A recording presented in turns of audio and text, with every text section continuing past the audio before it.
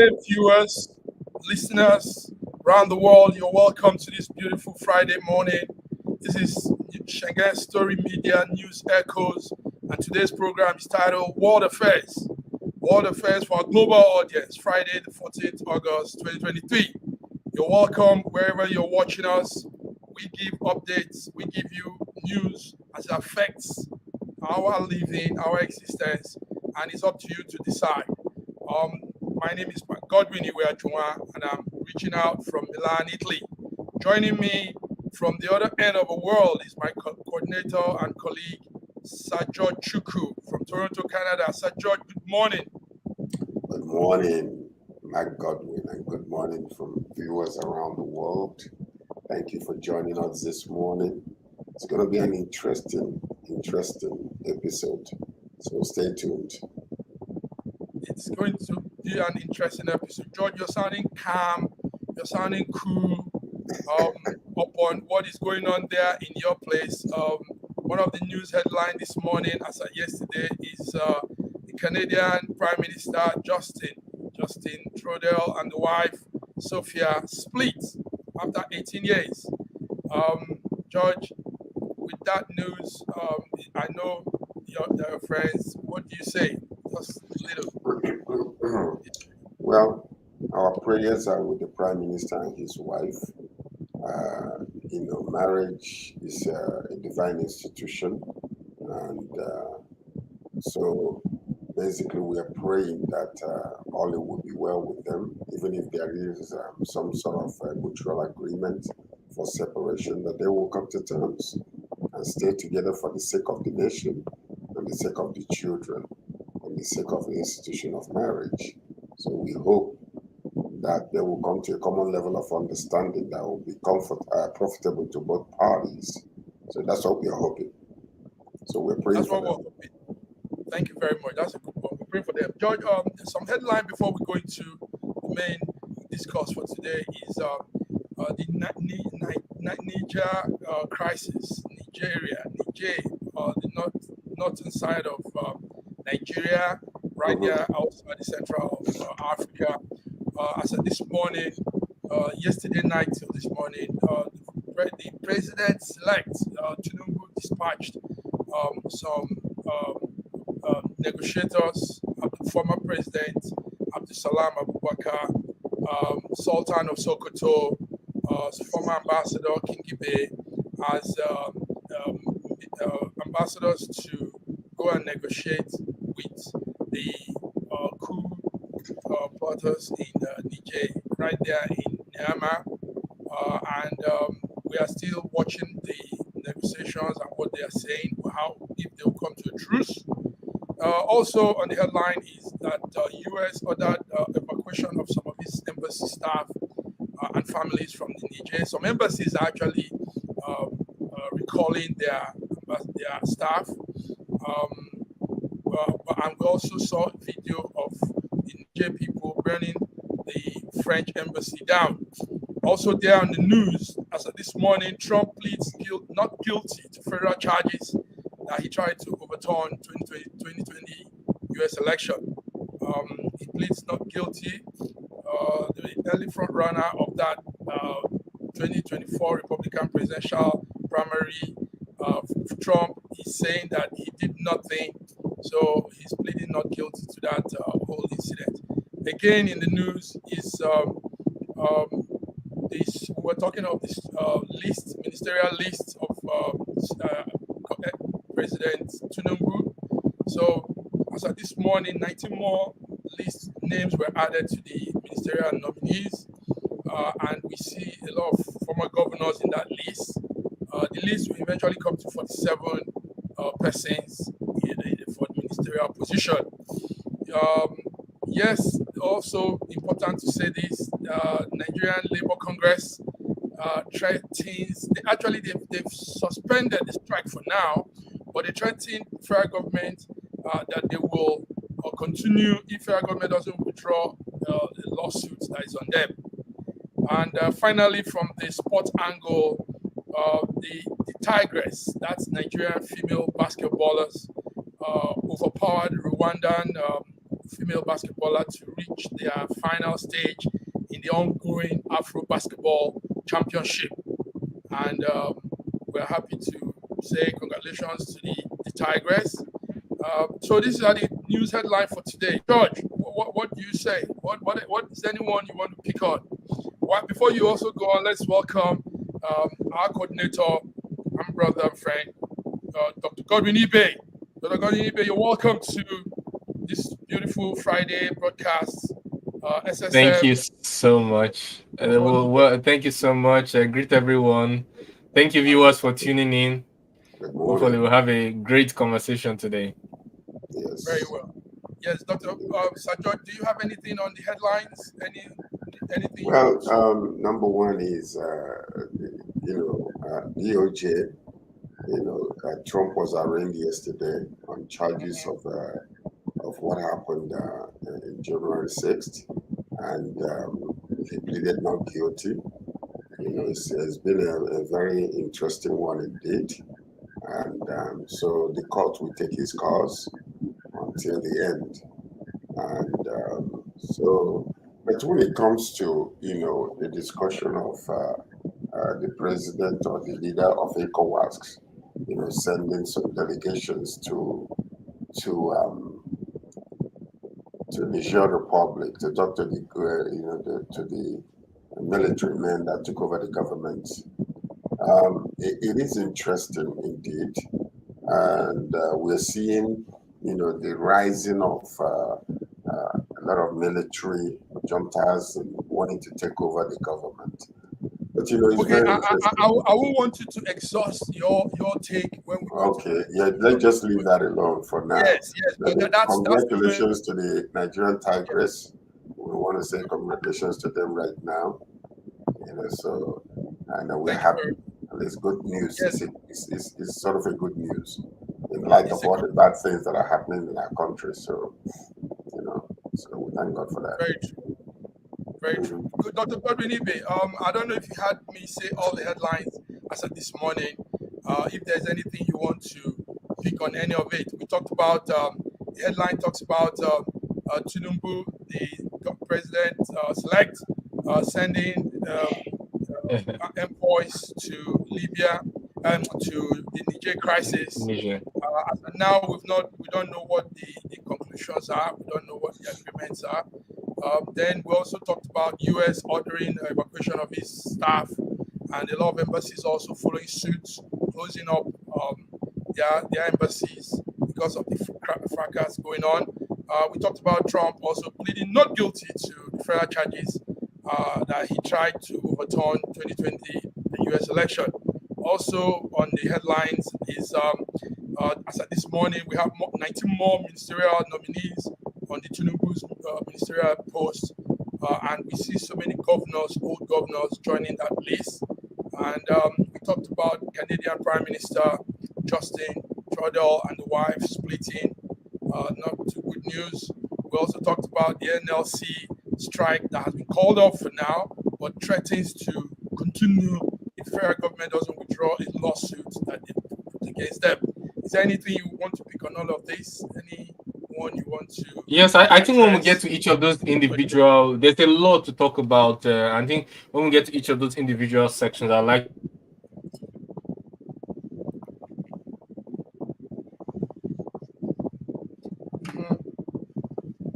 Dr. Ibe? I think there's some technical issues taking place. And it's not a one-time or one-off. It's a trend. Yes, we missed we lost you a little, Dr. Ibe. Can you say that? Yes, I said when we get to each of the particular news headline, we'll treat them because there's a lot to talk about. But one thing we can say is that many of these headlines are like trends. They're like trends instead of But I said what we're trying to do this morning is talk more on what is happening in Africa with the uprising in Niger. So these headlines are just by the way, and we might not run through them again as we go into the discussion. So Sir George, let's begin. Let me give a small intro to this discussion this morning.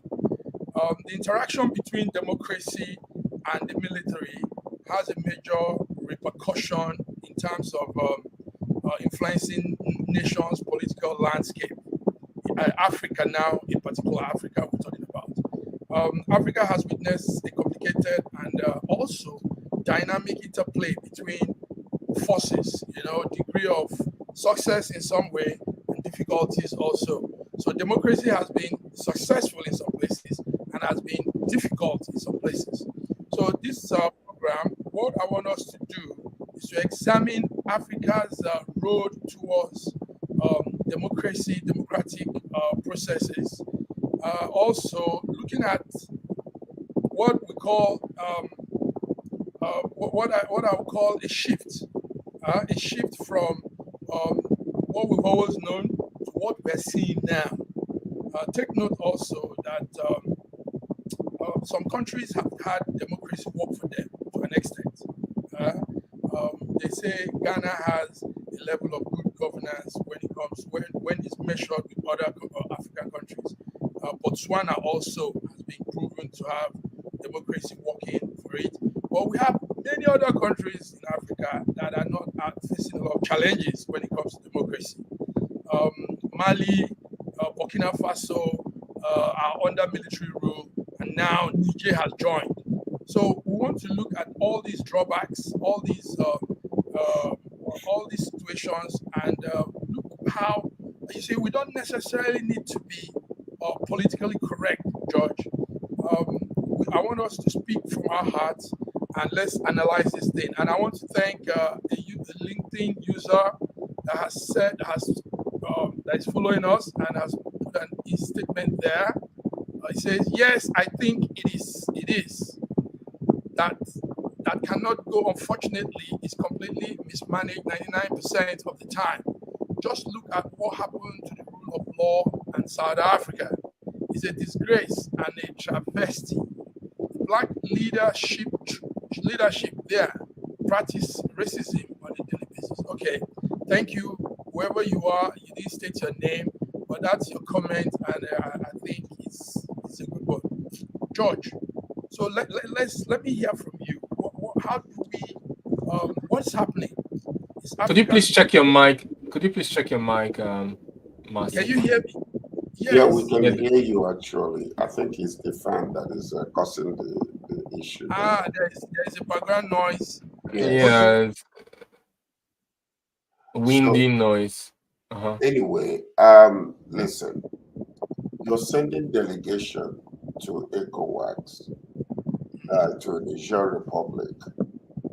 You are mandating for a resolution, but you fail to realize that there is a cause and effect in this particular situation. Why are citizens so happy that the coup took place? You did not ask the question, what brought about the coup?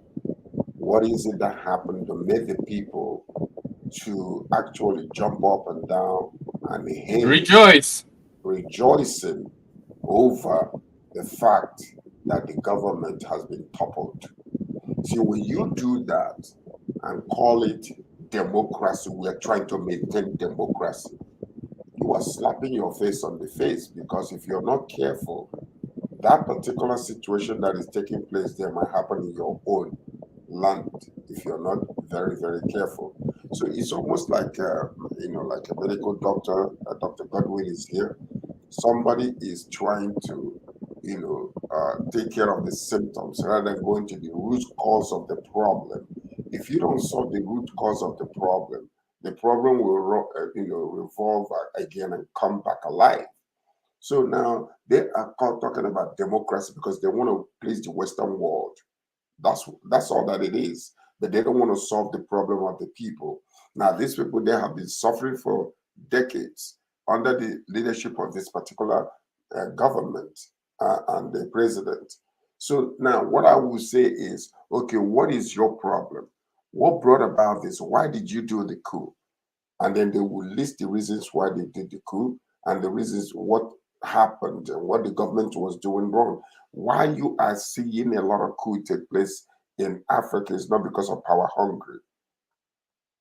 It's simply because of corruption.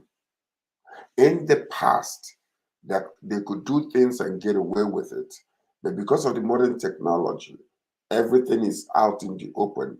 You mess up, all of a sudden, the money that you're looting from the country while the people are dying of hunger, while there are no jobs, there are no infrastructure, nothing is happening. You are abusing your power and using the money that is you're supposed to govern with for your own personal purposes, or what we call the 3%ers in the government. So that is the reason. If you don't solve that situation, then you will continue to see coup happen from one place to the other. The Western world gave us democracy, but they did not tell us also that checks and balances are supposed to be in place in order not to allow the leaders of these nations to abuse their power and to abuse the infrastructure that has been, the money that has been given to them to govern the people. It is government by the people, for the people, with the people. Therefore, if they elect you democratically or you hijack democracy per se or the election, people might not be happy. And when the time comes, you will see some of these governments, some of these leaders in different factions want to take over, like what happened in Niger.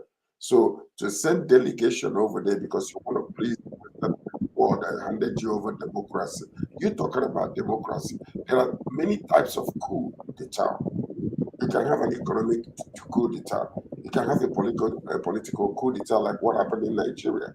One individual hijacking the government and making himself the leader by force, by bribery, by corruption. So that is exactly what is happening. And I will say that Tinubu must be careful. Tinubu Don't, must. because if you are trying to solve a problem in another country while you yourself are guilty of the same crime but in another way, it could come back to haunt you later. And that's the reason why I'm saying the delegation should be a fact-finding delegation to find out, study what has been going on in the Niger Republic. Why is it that people are so happy that the military took over? Because it is going through Africa.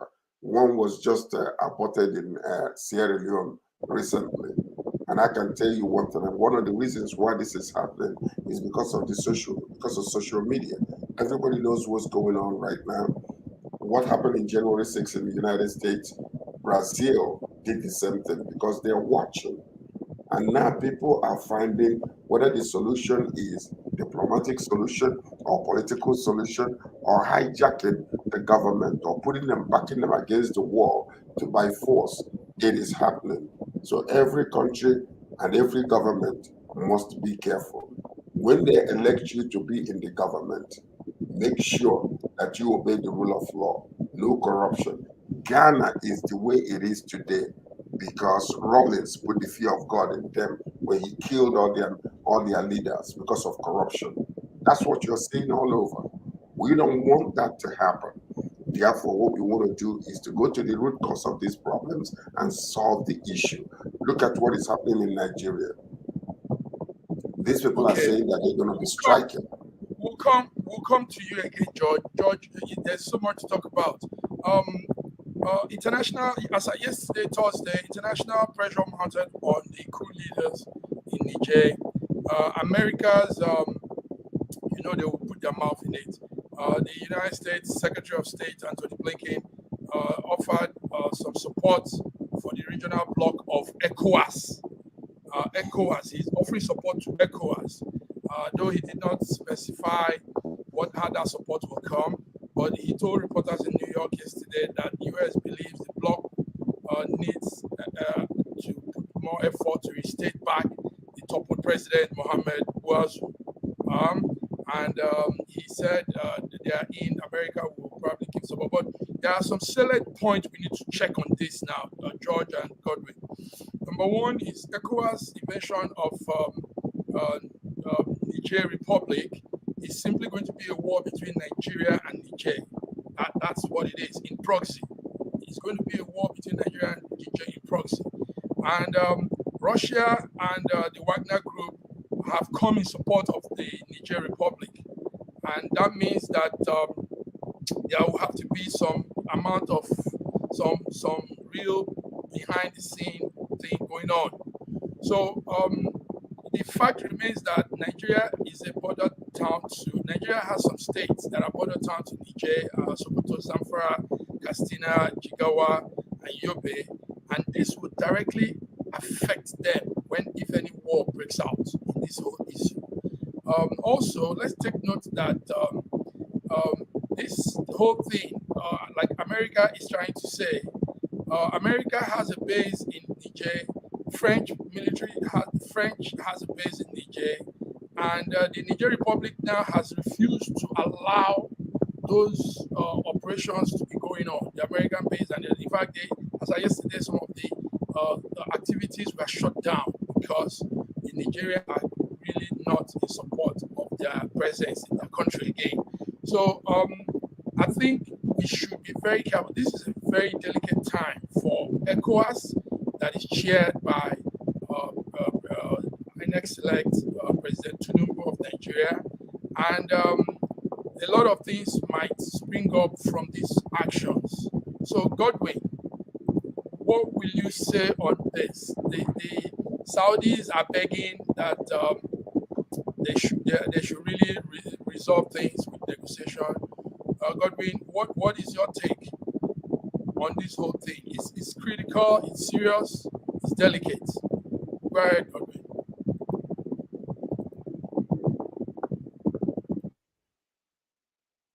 You're muted. You're muted. It's critical, it's serious, but it's not delicate. It's everything but not delicate. What needs to be done is clear. And what needs to be done is anybody trying to invade should back off. The only thing is that we have known right from time that in geopolitics there are no saints and there are no backsliders and there are no repentees. We have interest.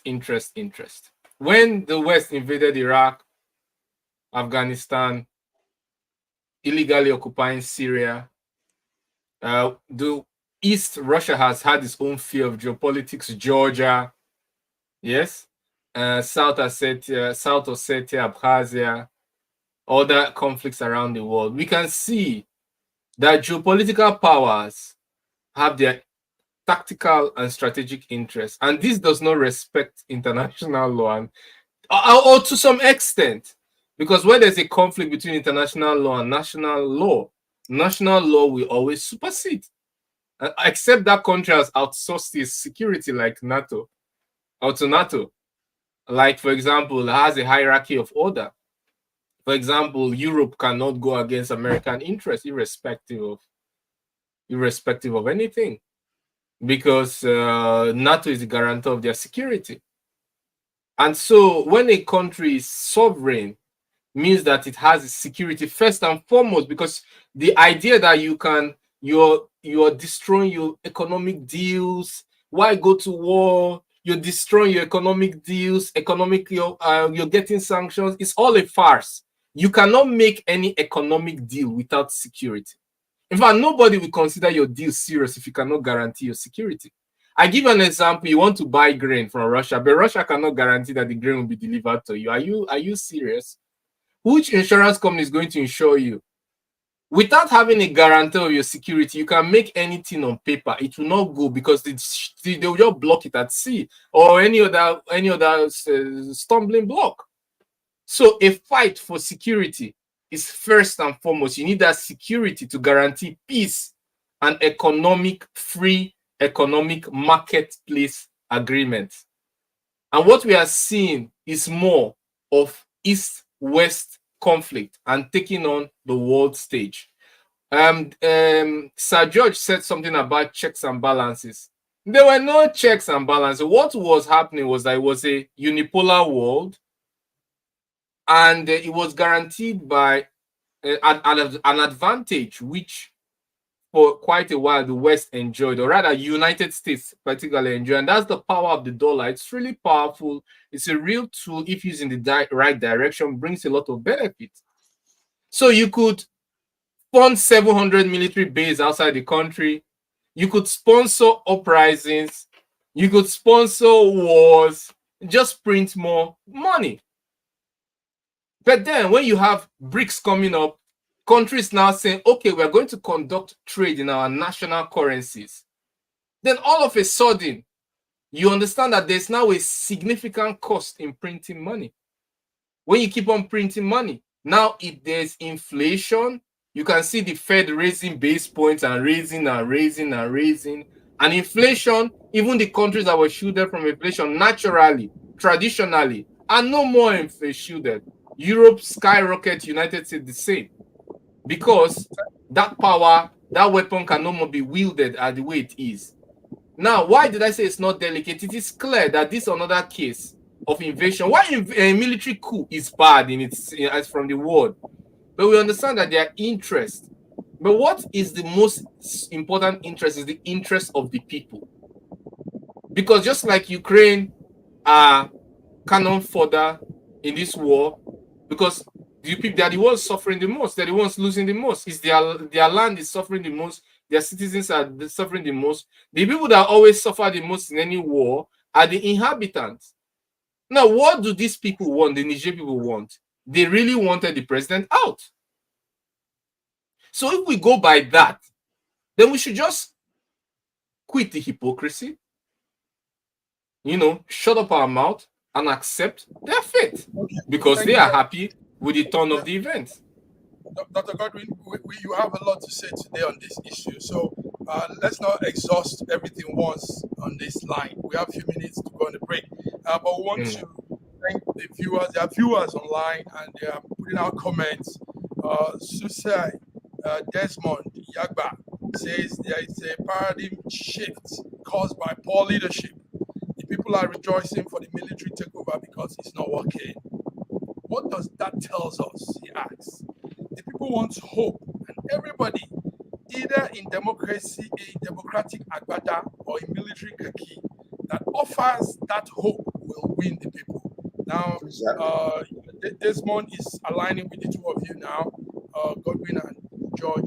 He said, concerning the proposed military invasion on Niger, I suggest a back off. There's no place in this world, may it not be 100% right, where peace is restored through the use of military force and the hard way peace. Thank you very much, Suicide Desmond Yagba. I hope I pronounced those names well. That's a very good comment you have put out there. Now, gentlemen, before we go on the break, there's another angle to this whole thing. And that angle is that this coup in Niger could boost the ability of Islamic extremists to recruit and begin to increase in their violence in that part of Africa and even that part of Nigeria. So, George, what do you say about this? Because when there is this kind of turbulence, rowdy situation, these extremists use that opportunity to step in and create more havoc. George, what do you say? Well, I don't think it's going to happen in Niger because the military is in charge right now. So the fear of the military will be upon those Islamic militants who wants to hijack whatever they don't want to hijack, because when the military, they have the guns and they have a total authority to do what they want. They don't go into negotiation. They just take over. They don't negotiate. So I don't think there's going to be an uprising. What could happen is that they might infiltrate into Nigeria right now, or the borders of Nigeria, because they know that any mess that they make, they will be taken down right away. So I'm not even worried about that. The only concern that I have is Nigerian border, because that could be a safe zone for them to cross over now and begin to cause havoc in our country. That's what I can say. I don't think that's a concern for Nigeria Republic. Because if that is the case, these people would have said, okay, let's restore the president back. But what they are doing is listening to the people, and the plight of the people must be solved, or else any type of military takeover. I know Buhari sent, what's his name?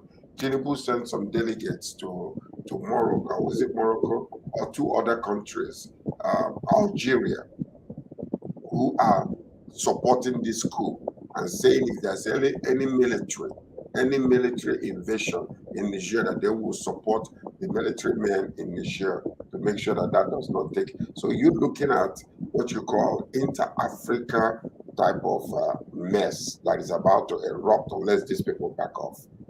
Thank you very much. Let's go on a short break. This is it, viewers. You are tuned into SSM News Echo World Affairs today, Friday, 4th of August 2023. And we are asking the question, is Africa in for this paradigm shift from democracy and the military? And yes, you're putting out your comments. Thank you for those that are putting out their comments. So we'll go on a break. We'll be back, gentlemen. Thank you for what you're saying here. Great ones. You're saying great views. Thank you.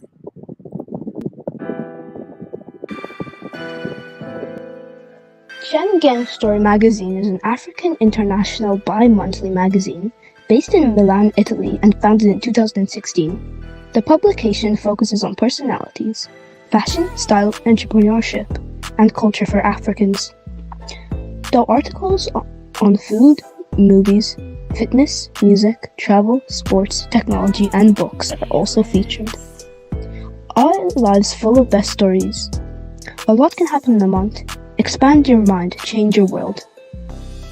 Get Schengen Story magazine's full editions. Celebrating Africans make an impact. Read better, the inside story. Your fashion magazine for a better lifestyle. Inspiring stories for you. Your monthly dose of entertainment. A better mind keeping you updated. Hashtag Schengen Story magazine. Get Schengen Story magazine full editions. A year ago, I wrote a book titled The Final Solution, and I was trying to say to the rest of the world that there are challenges ahead. Now, a prophecy did come, and that prophecy is coming to pass.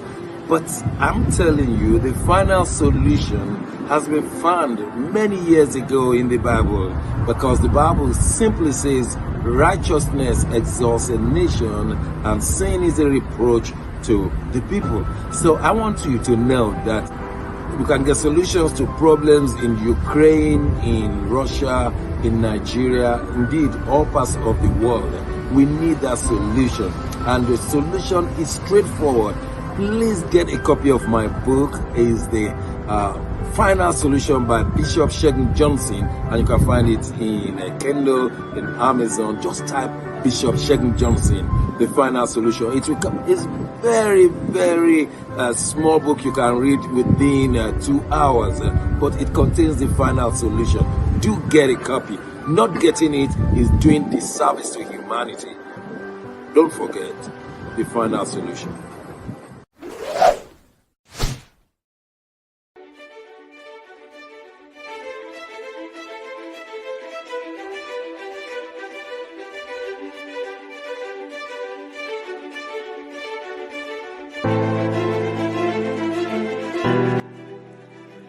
Hi there, I'm Mary Keurig, and I am a businesswoman in the United States, but I'm also the Global Content Vice President for the Sub-Saharan Open University in Nigeria. I could not be prouder to work with Dr. Osita Anamika and his team on helping to create not just entrepreneurs and skill-based talent that will get out into the workforce and make a living for themselves, but also young leaders. And to that end, with this integrity-rich university environment that's accredited now, and it's just an amazing opportunity for anyone there of any age to jump on board and learn, we want to let you know about a new offering that we have. We have a global governance and diplomacy course now provided by a whole team of people that crosses several countries to put together these resources and lots of great information for those of you who might be on the path toward public service and diplomatic service, NGO leadership, that sort of thing. We hope that you will walk through this open door and enjoy.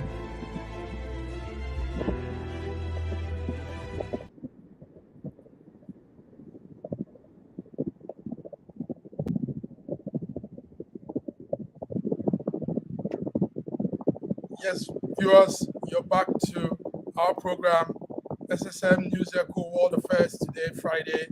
Thank you for joining. George, I hope you're there. Godwin, I hope you're there. Now, yes, I'm here. Question is Africa in for from democracy and military? Godwin, this is for you. When this coup happened, one major voice that sprang up was the Russian boss, Prigozhin hailed the coup as a move towards independence from the West. What will you say about Prigozhin's statement, Godwin? Did you hear me? The fact is, yes. Could you mute us? Okay, great. The fact is that we talked about multipolarity, the world moving towards multipolarity, settlement in national currencies. And then the two additional factors is the guarantor of their security. Wagner has been playing a fantastic job in terms of security in Africa, and Africans have come to trust Russian security. Where an area where Russia is secure, you don't have a lot of misbehaviors, right, in those areas. So there's no too much take to court case, democracy, no democracy. If you say security, Russia secures a place, the place is secured. You will not be having additional issues. Then the last but not the least is that they now have two important aspects added. They have a country that can provide a military industrial complex and logistics, because these are two things you need if you want to wage a war. So that's the game changer, and that's what will give Niger all the confidence they need, because it's clear that you either want a battle of attrition plus guerrilla warfare to deal with, or you just simply back off and don't make a stupid move. And then we understand that Nigeria does not have a great military, ECOWAS doesn't have a great military industrial complex. We import most of what we make. The logistics are just half. There's a half logistics. Not enough intelligence to make a secure, or always make it secure. I mean, if the supply lines are targeted, is the end. So we shouldn't blow our capabilities out of proportion. You cannot fight, either you're fighting away, you cannot fight the West or fight Russia and then get away with it scot-free. Unless we're going to allow Africa to be a staging ground, or another Ukraine, a staging ground for the West and the East, then the way you lay your bed, that's how you're going to lie in it. If you think that Nigeria is going to be shielded from a stage of Russian and Western war, then you are absolutely mistaken, thinking you will not be affected. You are definitely absolutely mistaken. So these are countries, the fact that they have the backing of a country with military industrial complex and logistics to back up, then it's a no-brainer that you just need to back up. And then when we say that military is not the solution to anything, it's not actually true. The military without the people's backing, that is the one that is not a way out. But when you have a critical mass in support of you, then it works. Military means works. It's just a simple fact. Because Iraq, Afghanistan were much better under military rule than the promised democracy. So it's just a simple fact. Democracy is not a one solution for everyone. I'll come back to you, Godwin. Sir George, do you think this will replicate around Africa? Do you think we might be seeing coups? I mean, we heard of the Sierra Leone one that was quashed. Do you think most part of Africa will be getting to coup now? Realizing, like you said earlier, people are conscious of things. People are aware now of government activities and how it doesn't help. It's not helping them. Yesterday, a friend and I were saying, is democracy really for Africa?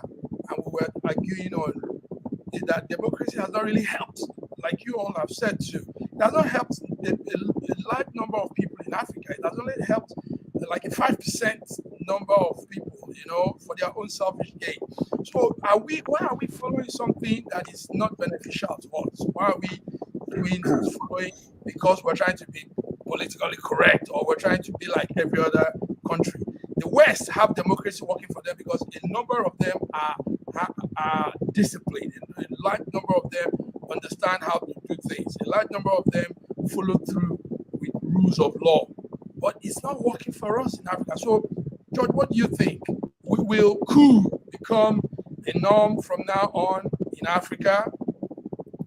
Well, if you alleviate the pain of the people, if you say that the people elected you and put you in government, and you're there and want to remain there for life, whether you're doing good or bad, abusing the power that was given to you, abusing the resources that was given to you for the people, then if the judicial department is under the government and cannot do anything, then the next is military takeover. That's what you're seeing in Africa. People are tired of being tired. They are sick and tired of the mess that has been going on. Where a group of people will come and hijack the government. Okay, take a look at what's happening in Nigeria. The people that are being, appointed as ministers, we have an incredible number of intelligentsias in Nigeria. But what are they doing? Recycling leadership among themselves, rewarding, leadership, not because they are interested in the people. They are only interested in protecting their own interest. Now, there was something that, somebody that was saying something a few days ago about, Niger Republic, talking about the reason why the coup took place. If you do not solve the problem and solve the plight of the people, you will continue to see this happen again and again. Absolute power corrupts. And let me tell you something.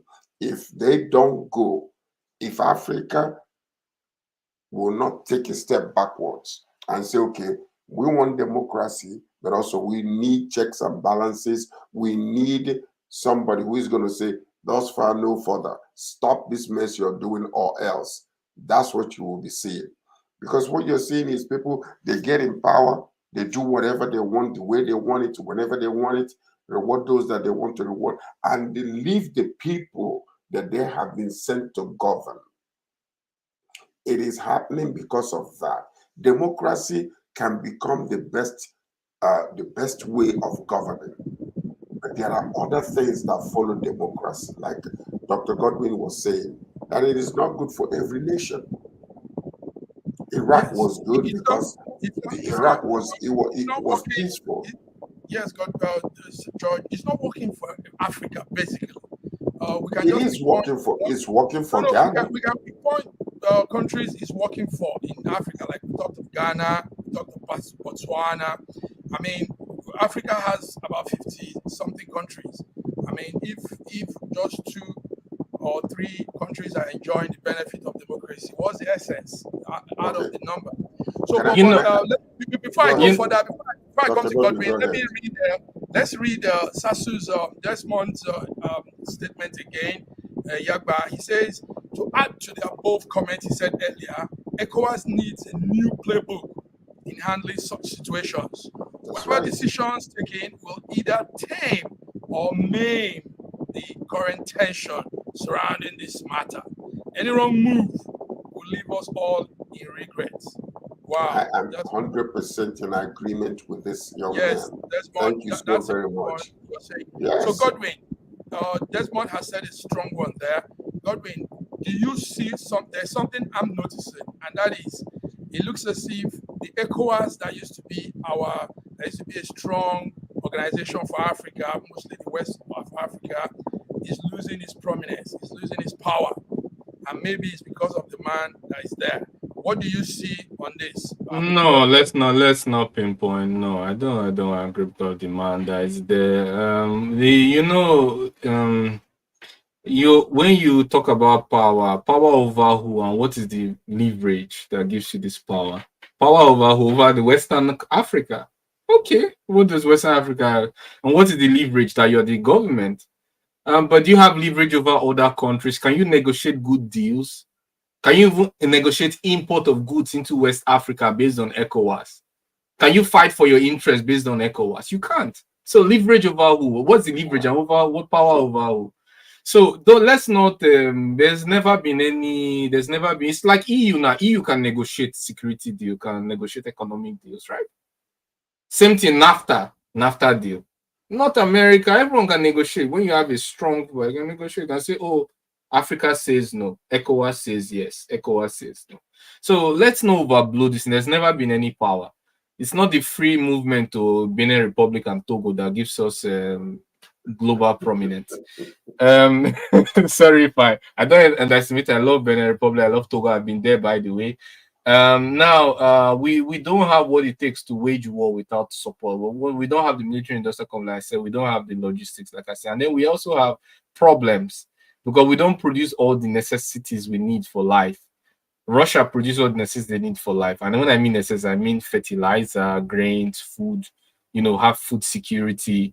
Energy, and food. These are basic things of life, and these are things that affect other things. In Russia, we can do without iPhone. But in the places that use iPhone, they can't do without food. They can't do without energy. In winter, we teach them a lesson. So these are things that you have to think about before you make before leaders take a drastic, stupid decision. For me, it's not delicate. It's a no-brainer. You don't want to fight wars. Take note, Dr. Godwin. U.S. Because of their interest, also, it's about interest. Yesterday we had the United States Secretary of State Anthony Blinken give an assurance that they are ready to back with ECOWAS. So don't undermine the power of ECOWAS at this point. I undermine, and I will continue to undermine. The reason is because Russia has declared support. Yes, I can undermine it. That's the thing. Yes, I'm coming to you on that again. We're coming on that. Sir George, something interesting was one of what we saw in this whole Niger coup and all that. Nigerians were wearing the Russian flag. Some people were proudly putting on the Russian flag, the outfit, the colors of Russia. And we saw this, the pictures on Google, around Twitter, and everywhere. Now, what are we seeing, George? Do you think the people want Russia in, as they have now driven France out? And what are the rudiments? What could happen? What are intricacies behind all this, George? What do you say? Russia recently did one of the smartest diplomatic moves any chess player could have ever done in the stage of the world diplomacy. Russia is promising free grain to a lot of African countries to alleviate the hunger of the people. While United States is playing their own politics locally, internally, Russia is making strategic moves to touch the hearts of the people. They are winning this game.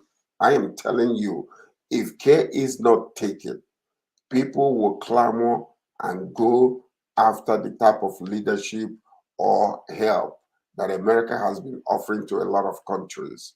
So what we're seeing now is Russia knows, they understand the plight of the people. And when what you call is stomach infrastructure, stomach politics, I will give you food to survive so that you can be able to do what you need to do while you're living. And fertilizer to grow your food. Fertilizer, they are offering it. Now, and forgiving your debt. 2.3 billion. Billions. Now, watch this now. Watch this. This is a powerful, I'm talking about one of the strongest diplomatic move any nation have ever made. Where you're no longer trying to come and take their infrastructure, take their resources and abuse them. I'm saying I'm going to give you first And that's the law of nature. When you give first, you can turn around and receive later, because you're sowing into the lives of the people and you're buying their hearts. I am telling you. So now what we're seeing in Africa, people are hungry. People need these fundamental necessities: light, water, especially security. food, Security. So if you bring in what you call democracy in these countries, but do not support or help them to understand that we will put you down, or we will hold you responsible and have an active way of doing it, and that corruption will continue to fester in Africa, you will continue to see coup d'etat happen from country to country. And let me tell you something. If they are not careful, Russia will just take over. They will take over because they're stealing the hearts of the people. Thank you very much. Thank you, Joy. I want to give a very short analogy. I'm coming to you. Short analogy before we move on. Short analogy. Okay. I know this is your. No, I'm not want to talk about Russia. I want to talk about something short analogy. I wanted to say about the security. I imagine if Wagner was in Mexico, will you have cartels? 3, 4, 5 cartels controlling the whole country? No. They will clip them. I have spoken. Yes, it's okay. I just wanted to give an example of security, just an example. So, a similar question is coming to you, Godwin, but in a different light now. One thing we know, we media people, is that Russia is coming into Africa now. Russia is coming in a different way. It's giving out things. It's canceling debts. Yes, we see this, but we know Russia also to have a sinister way of creating tensions and selling arms. Yes, selling arms.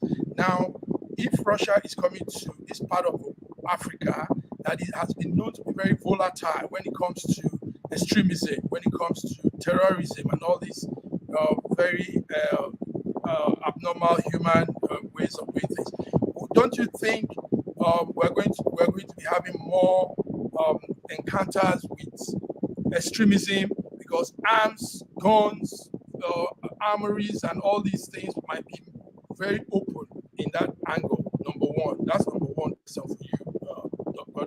Number two is Russia coming with all honesty? Because this is how the Europeans came to in the initial stage.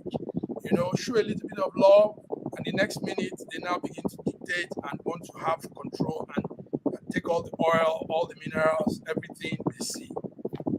Godwin. Okay, the first question was about the cause of unrest. Actually, it's the other way around. Which geopolitical power sponsors ISIS? You don't need to answer. We know. Yes, we know what led to the starting of ISIS, and I understand where you are. You may not want to say it. It's fine, but I think the viewers are intelligent enough to understand who started ISIS and why ISIS started. When you destroy a culture, the historical significance, the historical part of a nation that holds the nation together, that identity, and you think democracy is a universal pill that solves it, actually is the opposite. You get insecurity, you get untenable progress, and then you get terrorism. So it's the opposite. You have to respect culture, history, and you have to understand what is power diplomacy. You have to respect that. Like Taliban heading Afghanistan now, like them or not like them, you have to allow them open embassies in your country. You have to allow them open embassies in your country if you want to talk to them. So all those grandstanding, it must be my idea of the world, is all blah blah. It doesn't work. Now, so the point is that it's actually the opposite. Going in and destroying the will of the people, the identity of the people, is actually, and imposing your own ideologies, is actually what causes an untenable progress, actually lack of progress, terrorism, and insecurity. Now, then the second thing, honesty. Are Russian coming in honestly? Actually, it is not your business to know whether Russia is coming honestly or not. Russia shouldn't care about your interest. Russia should care about their interests. Africa should care about theirs. In geopolitics, it's not the duty of one side to care about the other side's honesty or interest. Africa, what is Africa's policy? Africa is getting good things now. Is it good or bad? It's good, then take it and shut up until you have something you want to ask for. Is Africa offering something that Russia has refused? Are they offering something that Russia has refused? Are they not part of OPEC? Russia has joined, it's now OPEC Plus. Make deals in your favor there. So Africa should forge their policy. There's now BRICS, an opportunity to join BRICS if you can put your house in order and make settlements in the my argument is that Africa should embrace everybody. East West, embrace everybody, forge what you want. Be certain about what your interests are. Forge your domestic and foreign policy so that you can align your actions, your steps, your spending, your everything to fit that pattern. And of course, the whole idea of democracy itself is a sham, because if you do not, okay, let me finish there for today. Yes, you said it. I know you will put this out so well. This is your line. George, rounding up today's program. So let's just basically say, yes, as the topic of today is, yes, Africa is in for a bargain shift from democracy, and yes, it looks as if we might be seeing more coup happening in Africa. Is that what you're saying, George? Are you in agreement? All I'm saying is this. Let's solve the problems and the plight of the populace. If you do not do it, a force will come to take over. When you care about your people that you're governing, when you are compassionate towards their plight and their needs, you will see the people come behind you. They'll support you. So all I'm saying is, don't go mandating to Niger Republic about democracy when you have not gone down to the bottom line, to the foundational problems that they are having that brought about this coup d'etat, and want to mandate them, restore the president. Who the hell are you? When people are dying in that country and have been dying in that country, go and solve the problem and you will see governance and peace and democracy function effectively. Don't abuse your power and think you're going to come and mandate. This is another sort of colonization. They're trying to colonize us in another way. You want to give us your wine to drink, to eat like you, and live our culture and embrace yours. This is exactly the same thing that is happening when they are trying to force certain countries, unless you adopt, this same-sex marriage, we will not deal with you. To hell with you. That is not our culture. That's not what we want. Allow us to govern ourselves in a way. If you want to support us, go and listen to the people and solve their problems, and there will be peace in that land. Wow, that's we a are in tough North one. America. We're in the Western world. We Thank don't you very much. That's a don't tough go one. and choke these people with your own. Thank you, George. Godwin, what's your last take on this? Is Africa My last take is that they have to stop all these megalomania, all these pride, and it must be our way.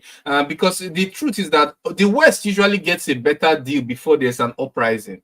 For example, before the Russia-Ukraine war, there was agreement. Peace agreement means one, means two, which were more in the favor of the West.